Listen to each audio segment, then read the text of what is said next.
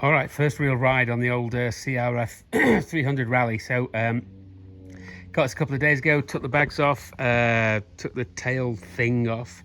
It had a low-ring link and the front forks were dropped, so I put it all back to stock. And then we just did 95 miles, so we did maybe this won't mean a lot to a lot of people, but Old Flowers Road, Ballard Logging Road right at the top end, and then we let's see, what else did we do? Oh, Moody Hill as well. So we did about, let's see, what would that be here? We probably had that 95 miles. We probably did 35 of tarmac, 15 of just kind of like dirt road, and then the remainder was kind of, it's not single track, but it's kind of Jeep track, but there's a lot of ruts, a lot of washouts, a lot of water crossings, a lot of rocky bits, a lot of little jumps on Old Flowers. I think the hardest bit, I'd probably give it a 7 out of 10, so didn't have any problems. So let's see. Yeah, I like it. The Olin shock at the back needs to have some damping added to it, or needs to be adjusted, because it was pogoing over the washboard in a couple of places. Front end, which is completely stopped, bottomed that out about 10 or 15 times on some jumps. So I'm gonna, I think short term, put some thicker oil in that, but long term we're probably looking at the rally raid setup for the front. Bike behaved itself well. It's got the ABS, so you can switch the back wheel off, the ABS off the back wheel for off-road, which is good. It's pretty low geared, and it doesn't have a lot of torque, really. You've got to be about 4,500, 5,000 RPM to really get it going. That's where the go zone starts, rather than the go zone ends about 8,500, 9,000 RPM. So I did see a maximum 65 on the tarmac. It said the MPG was running around about 66, which is fair enough, because like there was probably 20 miles, whereas in like no, maybe a bit less than that, whereas in first and second, but on Old Flowers, like, you never got higher than fourth, and the same on Ballard as well. Quite a few rocks clanged off the belly pan there, so got the plastic. Can't remember who makes it now, but whatever the plastic one, the SM Moto maybe, whatever the plastic one that everybody likes, and it's not the Acer Beast one. I'm getting one of those. I've also got risers, Renthal bars, real handguards. I don't know why Honda even bother putting these on, because they don't do fuck all really.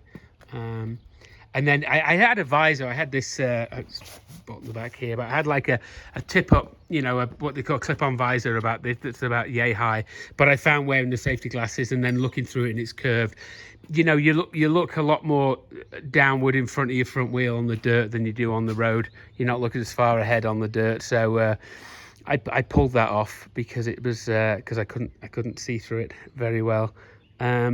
But yeah, I mean, the tires are okay. They're the stock IRCs. They're very good on the highway. They're okay in the dirt. You could use a couple of times. There's this great big puddle that we never that never used to be there, and so we both plunged into that, and it had a very steep rise on the other side of probably about 4 or 5 foot, and I was just like, oh well. I've just got to go for it. So I just like went through the middle of the puddle and then just nailed it. And then Mitch struggled a little bit on his XR, because it doesn't have a very good tire on the back. And then Josh crapped out because his master link broke. His rivet link came undone. By a fate of luck, we were able to find the rivet link and the cap, the other piece that goes on it as well, and then bash it together with some rocks. So he got home, and me and Mitch carried on. So yeah, I say it really doesn't have a lot of go. There's not a lot of torque, and you've really got to rev it in the first, second gear to get it moving on the dirt, especially if there's loose stuff. But overall, it's very civilized. It's comfortable for me. I'm 5'10", 195 pounds. It's got these pivot pegs, which I don't think are something I'd ever buy, but and I can't decide whether they're good or not. They have these plastic covers on them that held on by tie wraps, and I'm going to take them off because my feet did slip.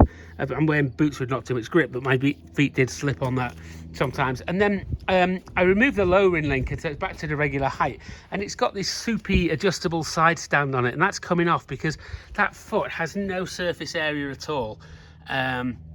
And so if you anything that's soft, it just sinks in. So you've always got to look for a big stick or a rock or something like that to support it. The ABS works good. So I turned it off on the back brake on the dirt. That's really the only electronics you've got to fiddle with. Yeah, it was comfortable. You know, I think I'll go down the rally raid front end, but probably at the end of the year. But I'm going to probably whip the forks out and just fill them full of thicker, just going to put thicker oil to give it a bit more damping, so hopefully it won't bottom out as much. But like I said, it's lived up to my expectations. I hadn't ridden one of these before. I just bought it because of what everybody else said about it. And I have to say, you know, after 100 odd miles I've done it in total now, I'll do a few more when I go to Safeway to get a steak because it's Father's Day. Happy Father's Day to all the fathers out there.